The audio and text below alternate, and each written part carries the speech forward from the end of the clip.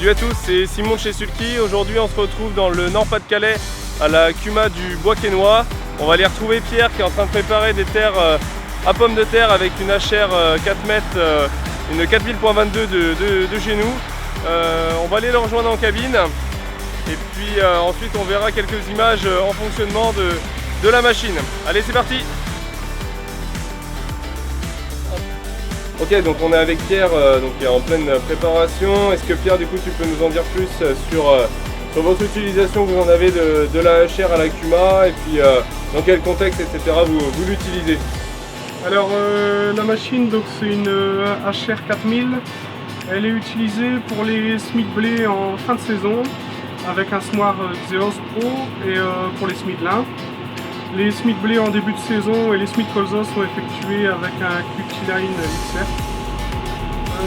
La herse rotative est de 2015 et fait une moyenne de 200 à 220 hectares par an. Comme vous avez la HR et le XR, est-ce que tu peux nous en dire plus un peu sur le passage d'un outil à l'autre au sein de la Cuma, entre les différents adhérents justement?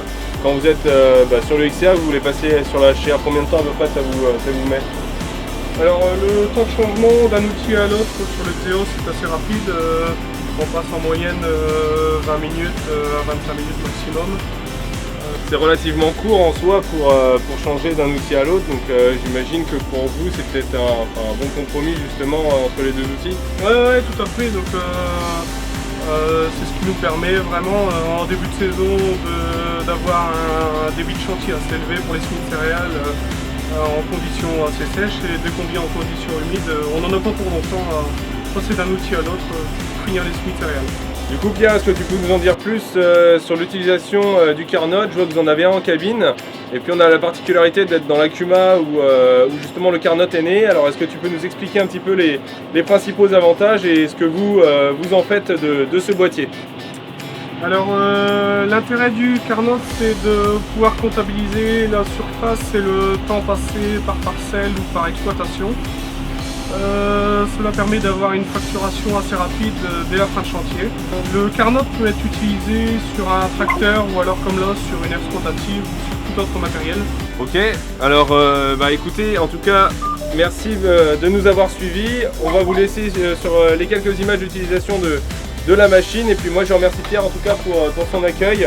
Il y a une autre vidéo qu'on a fait également à la Cuma avec un X50 et avec Pierre qui nous explique un peu qu'est-ce qu'ils font avec un épandeur Sulky, notamment de la modulation de dose. Allez, je vous laisse vous abonner en tout cas à la chaîne Sulky, et puis on se retrouve pour de nouvelles vidéos. N'hésitez pas à commenter et à partager si ce format vous a plu. Merci, salut!